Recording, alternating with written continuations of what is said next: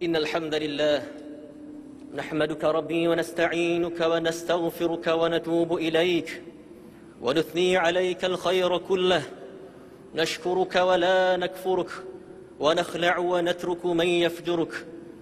اللهم إياك نعبد ولك نصلي ونسجد وإليك نسعى ونحفد، نرجو رحمتك ونخشى عذابك، إن عذابك الجد بالكفار ملحق. اللهم لك الحمد كله ولك الشكر كله، وإليك يرجع الأمر كله علانيته وسره، فأهل أنت أن تحمد، وأهل أنت أن تعبد، وأنت على كل شيء قدير. ويقول جل وعلا: يا أيها الناس إنا خلقناكم من ذكر وأنثى وجعلناكم شعوبا وقبائل لتعارفوا إن أكرمكم عند الله أتقاكم إن الله عليم خبير. أشهد أن لا إله إلا الله وحده لا شريك له، وأشهد أن سيدنا محمدا عبده ورسوله. اللهم صل وسلم على سيدنا محمد وعلى آله وصحبه أجمعين ومن تبعهم بإحسان إلى يوم الدين. أما بعد، فيا عباد الله اتقوا الله، أوصيكم وإياي بتقوى الله فقد فاز المتقون. Sidang Jumaat yang dirahmati Allah, pada hari Jumaat yang berkat dan di dalam masjid yang mulia ini, saya berpesan kepada diri saya dan kepada sidang Jumaat yang menjadi tetamu Allah sekalian, marilah sama-sama kita meningkatkan ketakwaan kita kepada Allah Subhanahu wa taala dengan kita bersungguh-sungguh melaksanakan segala perintahnya, di samping kita meninggalkan segala larangannya. Mudah-mudahan kita menjadi umat yang terbaik, umat contoh, dan memperolehi kebahagiaan di dunia dan di hari akhirat. Minbar pada hari ini akan menyampaikan khutbah yang bertajuk mengharmonikan masyarakat. Sidang Jumaat yang dirahmati Allah, berdasarkan kepada sirah Rasulullah sallallahu alaihi wasallam, menunjukkan bahawa pendekatan agama memainkan peranan yang besar di dalam mengharmonikan masyarakat.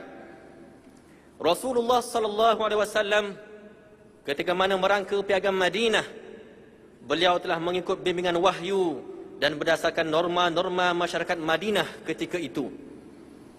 Terdapat 3 langkah yang telah diambil oleh Rasulullah sallallahu alaihi wasallam di dalam membentuk piagam Madinah. Yang pertama, Rasulullah sallallahu alaihi wasallam mendirikan sebuah masjid sebagai tempat orang Islam beribadah dan tempat Rasulullah sallallahu alaihi wasallam menyampaikan ajaran Islam serta tempat pentadbiran. Yang kedua, mengikat tali persaudaraan di antara kaum Ansar dan Muhajirin bagi mewujudkan persefahaman dan juga untuk membantu kaum Muhajirin untuk memulakan hidup baru dengan pertolongan kaum Ansar. Dan yang ketiga, mengadakan perjanjian dengan orang Yahudi supaya mereka sama-sama mempertahankan Madinah daripada ancaman luar. Dan di antara butir-butir kesepakatan yang terkandung dalam piagam Madinah ialah sesiapa yang hidup dan tinggal di wilayah Madinah, sama ada Islam ataupun bukan Islam, dengan syarat tidak berlaku zalim, khianat dan huru-hara, maka hendaklah mereka dilindungi dan diberi keamanan di bawah kekuasaan Islam yang suci. Dalam sebuah hadis yang diriwayatkan oleh Abu Daud dengan maksudnya, sesiapa yang menyakiti orang bukan Islam yang berada di bawah perlindungan Islam, maka dia telah menyakiti aku. Dan sesiapa yang menyakiti aku, maka dia telah menyakiti Tuhan. Riwayat Abu Daud. Begitu juga dengan apa yang diriwayatkan oleh Jabir Abdullah radhiyallahu anhu. Satu jenazah lalu di hadapan kami, yakni para sahabat. Maka Rasulullah sallallahu alaihi wasallam berdiri. Lalu kami pun turut berdiri. Kami berkata kepada Rasulullah sallallahu alaihi wasallam, "Ya Rasulullah, itu adalah jenazah Yahudi."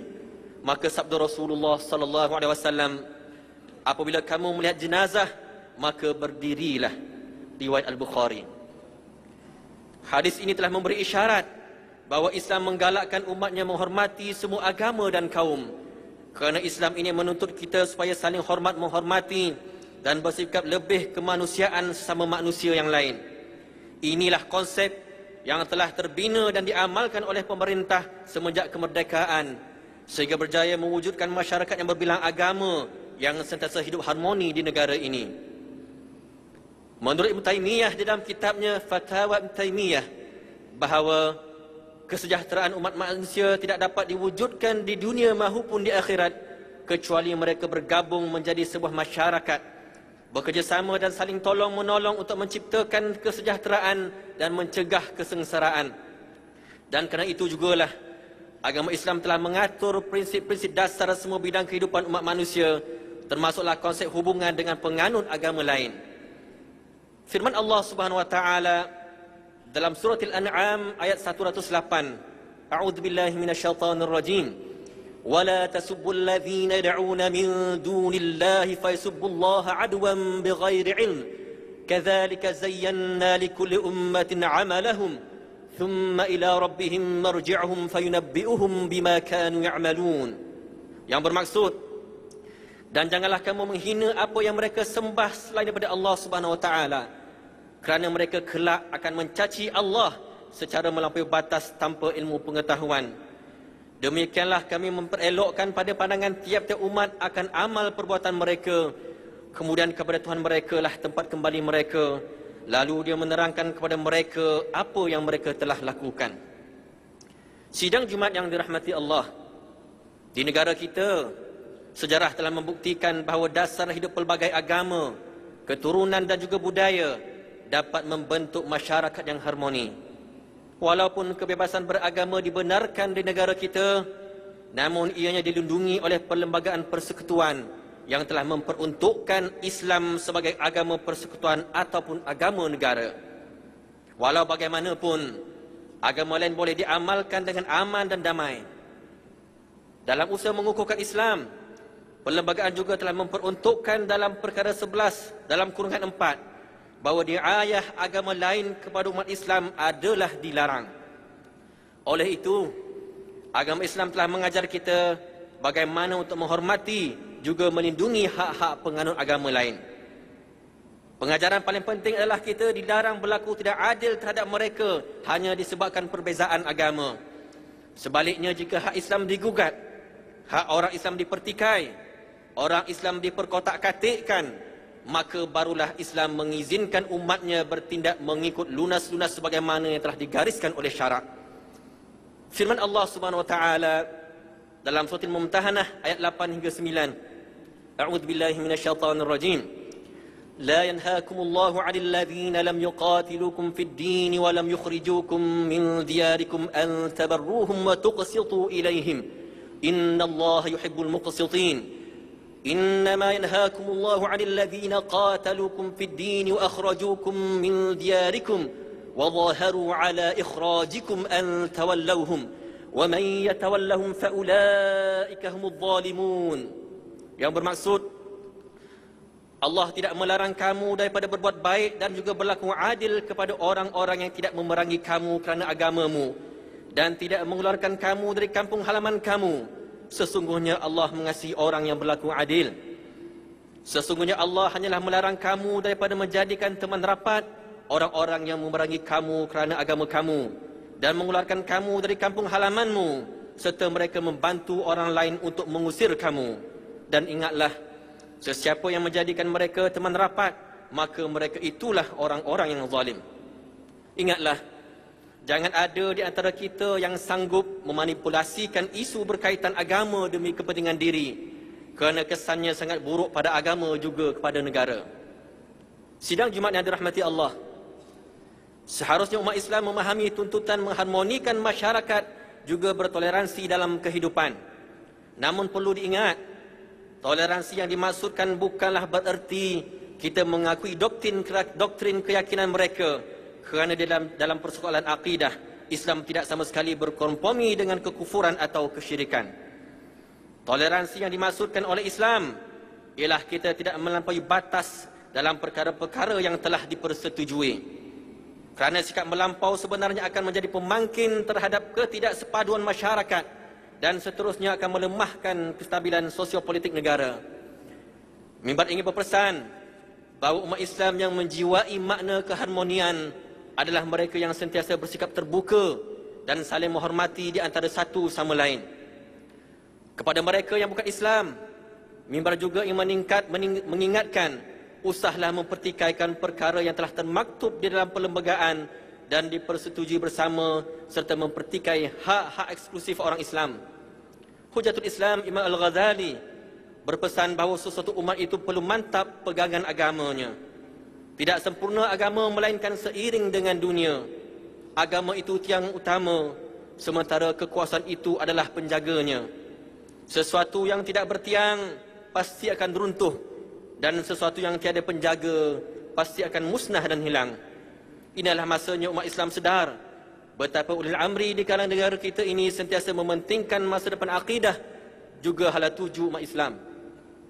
Sidang Jumaat yang dirahmati Allah, mengakhiri khutbah pada minggu ini bersempena Minggu Keharmonian Antara Agama Sedunia yang disambut pada setiap minggu pertama bulan Februari, yang mana ia bertujuan untuk mewujudkan keharmonian di antara penganut agama di samping mengarus perdanakan agama sebagai jalan penyelesaian terhadap konflik dunia.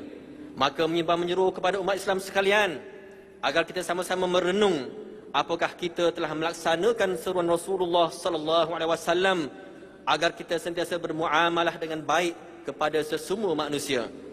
Apakah kita telah mencontohi akhlak baginda Rasulullah sallallahu alaihi wasallam ketika berurusan dengan orang bukan Islam, yang mana mereka ini berlindung di bawah pemerintah Islam.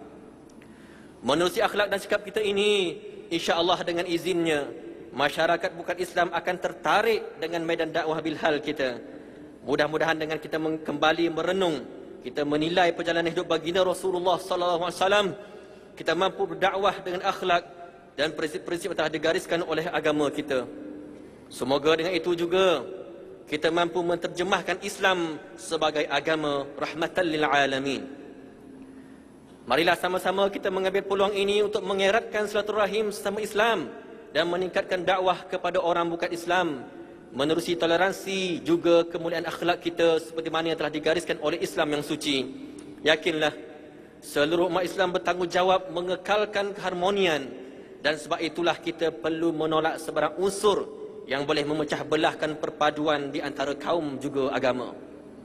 Percayalah, menerusi sifat-sifat yang telah dinyatakan tadi akan mampu melenyapkan salah faham mereka terhadap Islam selama ini, hasil daripada propaganda media barat yang memusuhi Islam. Semoga negara yang tercinta ini terus maju, aman dan damai, dan menjadi payung juga pelindung kepada Islam dan umatnya.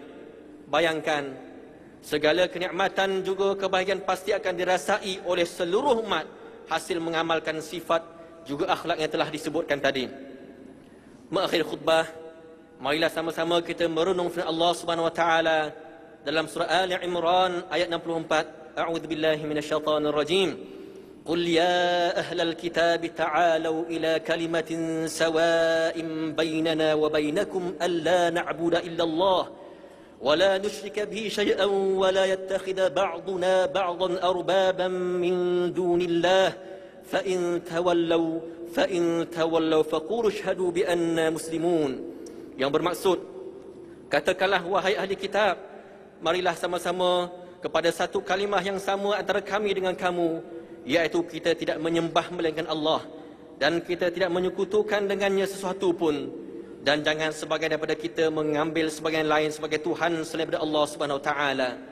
Kemudian jika mereka berpaling, maka katakanlah kepada mereka, saksikanlah bahawa kami adalah orang Islam. Barakallahu li wa lakum fil Qur'anil azim wa nafa'ani wa iyyakum bima fihi minal ayati wa dhikril hakim wa taqabbala minni wa minkum tilawatahu innahu huwas samiul alim. Aqulu qawli hadha wa astaghfirullahal azim li wa lakum wa lisairil muslimin wal muslimat wal mu'minin wal mu'minat fastaghfiruhu innahu huwal ghafurur rahim.